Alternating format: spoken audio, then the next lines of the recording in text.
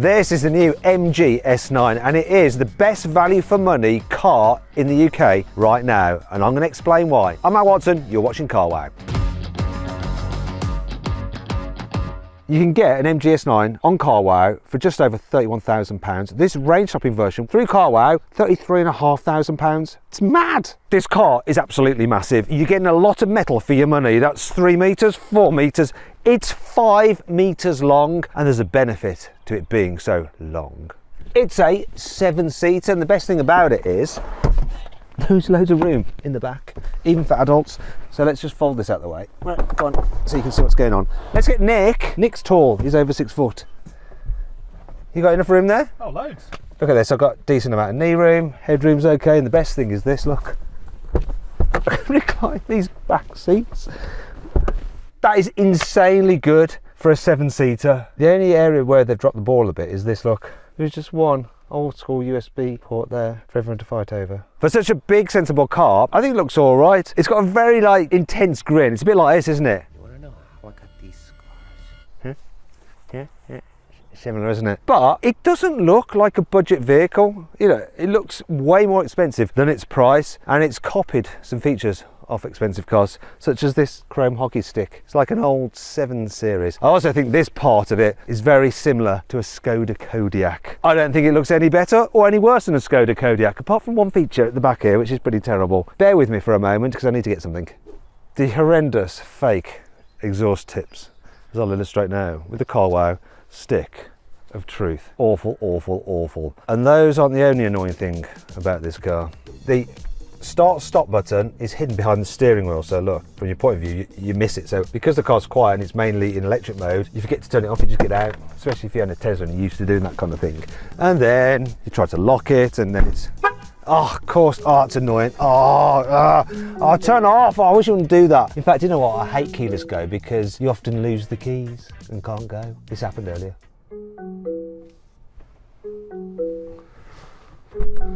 Drews, have you got the smart key? It thinks there's no key in it. I gave it to you, and I haven't had it since. I put it in here because then the car, I started the car. Right, I'm going to get out and let you guys look. You had it though, I handed it to you, didn't I? Yeah. And then you just can't remember. I had it because I turned it on. Have you looked under the seats properly? Even the pit of doom? It's not. It wouldn't have jumped out. Where did you put it? I would have put it, put it on the windscreen. There. Let's never do that again. And do you know why you're doing that? Because the car is liable to lock itself. Once again, keyless go issues. It's honestly, it's bollocks. It's bollocks! Am I just old? Yes. Shut up. I'm not a fan of the poppy outy door handles, which are a rip-off of Land Rovers. It's a bit like you're shaking hands with the car, and it's all flimsy. Also, these doors are huge, which does make it easy to get in and out when you have them open wide. But it also makes it really hard to get into the car when you're in a tight space. You're not going to squeeze through that gap, are you? Not even I. You only have slow wireless charging, and the design of the pad is stupid. Look at it. Look at the shape of it. It's not symmetrical. So while your phone fits in that one, oh, that's good. It doesn't fit in that one quite. Can you see? Great. And also when you accelerate, it just does that. As you can see, there's no phone button on the steering wheel, which means that if you do a voice command and it doesn't understand it and it ends up calling some Tinder date from 10 years ago, you constantly just hang up. You have to do it on the screen and you end up in panic mode. Speaking of the screen, if you want to turn off the annoying beeps and bongs, you have to press car, go down to, oh, overspeed warning. I'll turn that off. Then scan down. Where is the other one? This is one you definitely want to turn off. The driver distraction monitoring, because it's way too strict. Yes, go away. But all that kind of thing is very hard to do when you're driving. Bloody annoying things. The car sometimes makes this weird whirring noise from under the bonnet for no reason. You'll hear it randomly. It'll probably appear in a future take. For such a big car, there's only 2 positions for ISOFIX anchor points. Here on the outer middle row, none in the rearmost row, and none on the passenger seat. Wasted opportunity. Unlike with the Chery Tiggo 8, which has DC fast charging, this plug-in hybrid only has old school AC charging. Also, while it's supposed to do 353 miles per gallon, this is how much I'm averaging. I hate the way when you fall down this seat, that drops down like that, so then you have to get back. However, I'm done criticising this car because there's loads I like about it as well. I like the light roof. So you've got the sunblind, but it's still nice and bright in here. And the sunroof is massive. Plus, look. It is a sunroof you can open. And it's standard on all models. All cars also get 360-degree camera look with top-down view where you can see through the car. Very good. You don't just have one, but you actually have two customizable buttons on the steering wheel, which you can actually configure to do lots of different things. I've got the left one doing regenerative braking between low, medium and high. Then I've got this one on the right doing the 360 camera.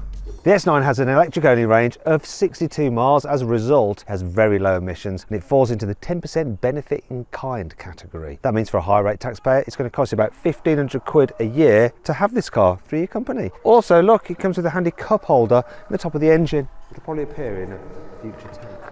Perfectamundo. That should warm it up. It's making that noise again. Where's the keys? It's because it's on. There, it stopped. Look, no noise.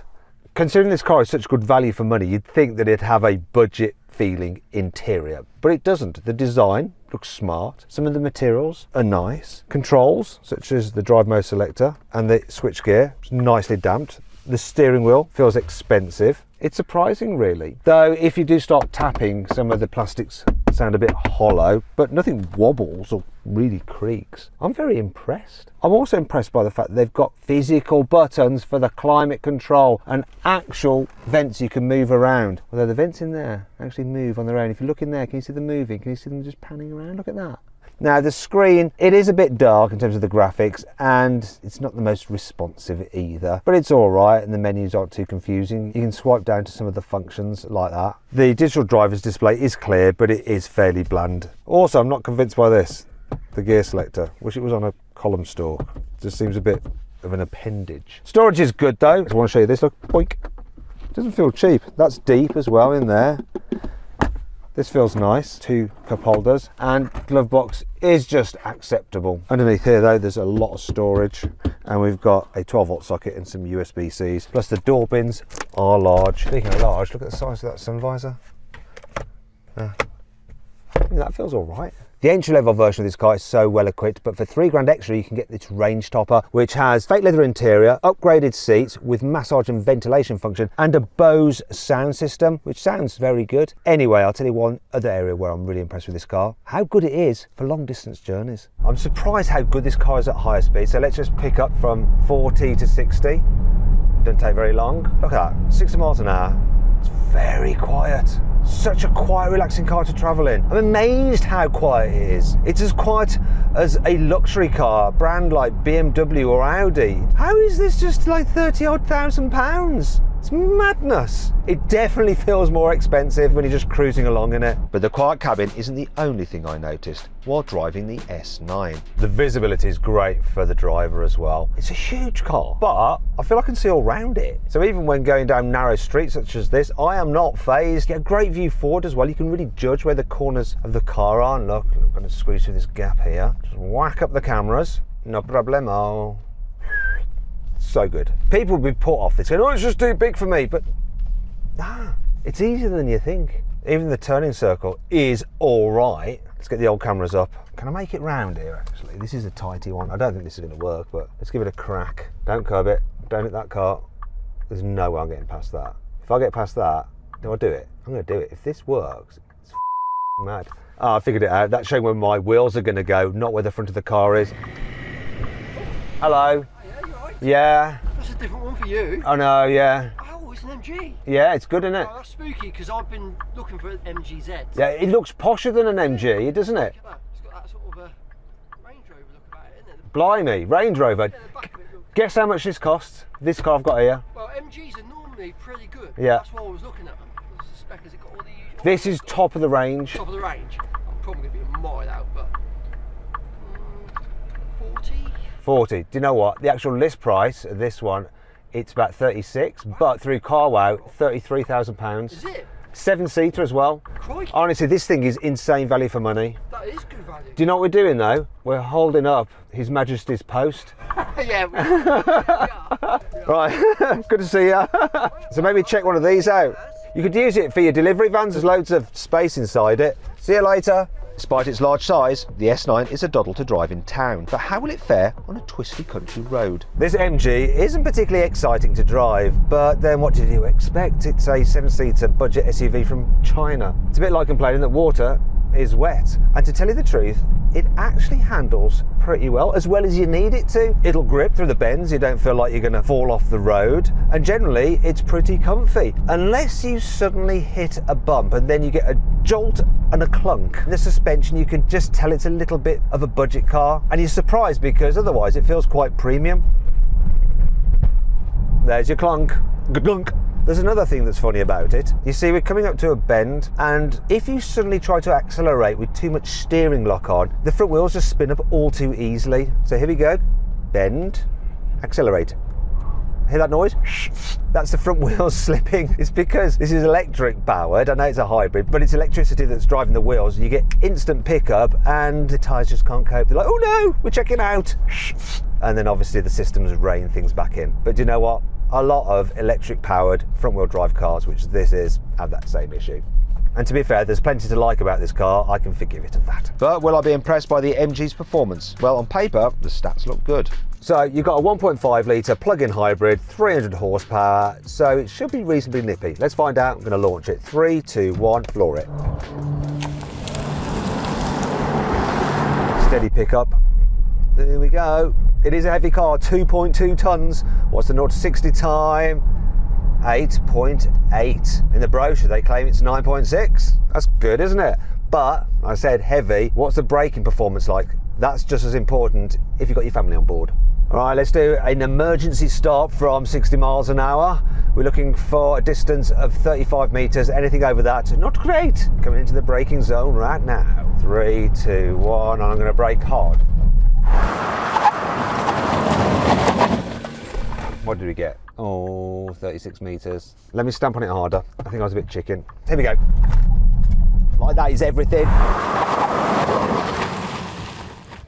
That is like leg day at the gym. That's more like it, 34 metres. Not bad for a car this large. Speaking of which, this car is so comfy here in the middle row. Loads of knee room, loads of foot space, loads of headroom as well. The seats are quite far from the floor, so you've got lots of under thigh support. And of course you can slide the seats forwards and backwards. And look at this as well. You can recline them. Oh, I'm impressed. I'm so impressed. Let's try it with 3 in the back at once. All aboard. Okay. What do you think about that? That's really good. This is like among the very best. Just hop out. Thank you. So, if I fold this down, you have covered cup holders. Now, you only normally get this on premium cars. You've got climate control here in the back, 2 USB-Cs, door pockets, massive door bins. What's not so good though is this. Isofix anchor points are a little bit harder to get to, so it can be a bit of a faff trying to fit a seat for the first time, but there's loads of space here for even the bulkiest rear-facing seat. And you know what my daughter really loves? The fact these big windows go all the way down. She loves it. In fact, she's actually put a little mark on it there. That's her stickers. The range-topping version of the MG gets an automated tailgate with hands-free. Come on, there we go. Hands-freeness. Now with 7 seats in place, the boot is a reasonable size. Look, it's not too bad. Got a little bit of extra storage under there. Then you've got absolutely acres of space if you fold down the rearmost row. And then, oh bugger, if you want to do this row, you do have to do a walk around. Oh, that was the wrong one. It's this lever down here. There we go. Oh, I'll go to the other side. I guess you can't expect electrically operated rear seats in a car at this price, but you do have, look here, oh, 12-volt socket. That makes up for everything, doesn't it? And there is no new car that is as good value as this MG S9. So if you need a 7-seater on a budget that is actually a mighty fine car, go right ahead and buy this MG. I hope you'll enjoy the video. If you did, give it a like. Let me know if you agree with my verdict in the comments below. If you want to watch some other videos, click on the windows. And to sell your car the easy way, you can do it through CarWow by clicking the CarWow logo. Thanks for watching, and I'll see you next time.